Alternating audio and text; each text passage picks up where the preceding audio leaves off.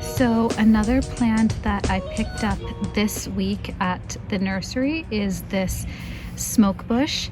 I learned about smokebushes from Garden Answers YouTube channel, which I have been binging recently. This is one of the plants that she is putting in her yard this year. I thought it would work really nicely here because it would be a good complement to these two rhododendrons. There was a third rhododendron here that we planted last spring. We planted all three of these last spring, but these two made it and the one in this corner died.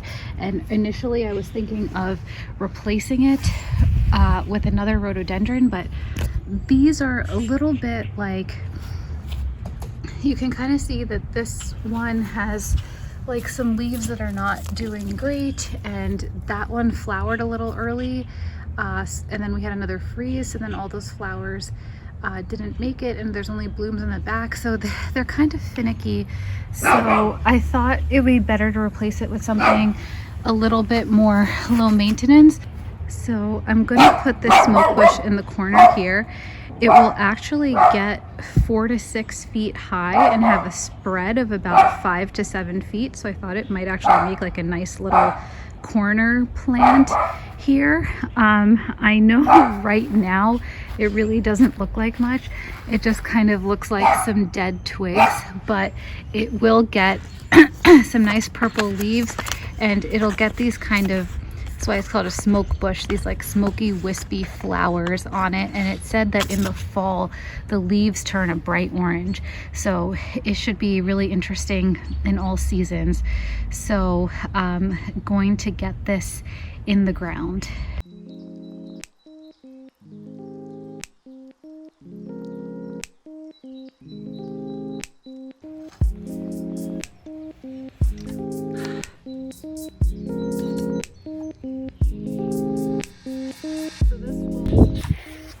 Okay, so I've got my hole, and I'm gonna put in some bumper crop. The nursery recommended this. It's basically a soil conditioner. I'm not sure how much you're supposed to use. Okay, so I've got my plant in, and I'm gonna put in, again, I like really don't know what I'm doing, but I'm just gonna put some more bumper crop around like that, and then I'm gonna fill in the dirt. And you can see that I'm racing against the rain here. We've got some rain clouds developing that are threatening to release at any time, so I'm trying to get as much done as I can. So we just have the absolute worst soil. Look how it's just all clay. All right, so the plant is in a lot of displaced soil that needs to be cleaned up. When I was digging the hole for the smoke bush, I found these artifacts in the soil. I mean, this house was built in the 1920s, so these could be legit artifacts. Probably not, but interesting to see what kind of turns up. Okay, so this is the finished bed. I went ahead and I used about 3 big bags of mulch to lay down a fresh layer.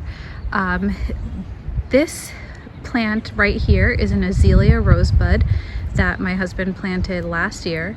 Over here is a hosta. It's actually one of the first plants I ever planted when we moved in, and it comes back every year.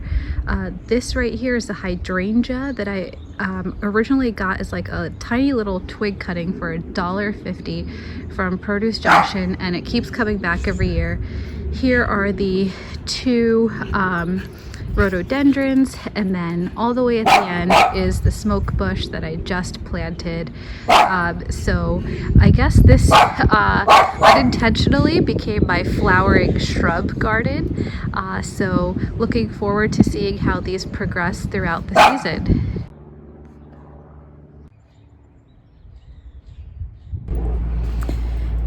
Okay, so I'm having a moment. I just finished planting that smoke bush. That bed looks great.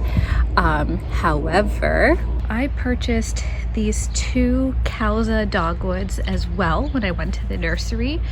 The reason I got two is that they were only $50 each. They were on sale, and that's because they had overwintered at the nursery and rabbits nibbled some of the branches. So unlike a full priced one, which would be between $125 and $175, they're missing a little bit of limbs, but otherwise completely healthy, doing fine. And I got two because I just saw both of them. I said, why not? I definitely want to plant one in this area. It's been the plan for a while to plant a tree over here, and I was struggling with the placement of the second one. I just realized, wouldn't it be kind of nice to have a tree in that corner instead of that bush? Which means I'm gonna have to dig it up and plant the tree there. However, it would be a hassle for an hour or a couple of hours, but long term, what do I really want? So I have to make that decision.